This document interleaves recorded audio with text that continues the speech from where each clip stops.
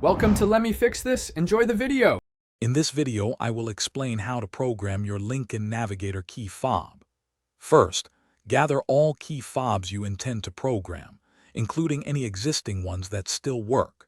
It's crucial to have them all together, as this process will erase previous programming. Make sure your vehicle's battery is fully charged to avoid interruptions during the procedure. This ensures a smooth and successful programming experience for all your fobs. To begin, ensure all your vehicle's doors are completely closed. Next, insert a working key into the ignition. Now, turn the ignition from off to on 8 times rapidly, completing this within 10 seconds.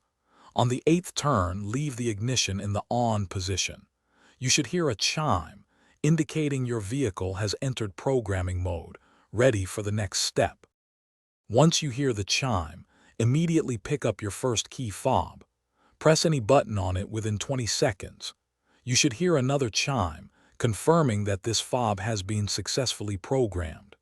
Now, quickly repeat this exact step for every other key fob you wish to program, pressing a button on each one within 20 seconds of the previous chime.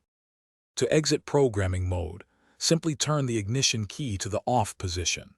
Remove the key and then test each of your newly programmed key fobs. Check that all buttons such as lock, unlock, and panic function correctly.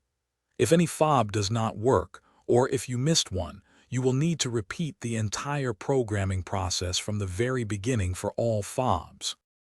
Thanks for watching. If you found this helpful, don't forget to like and subscribe.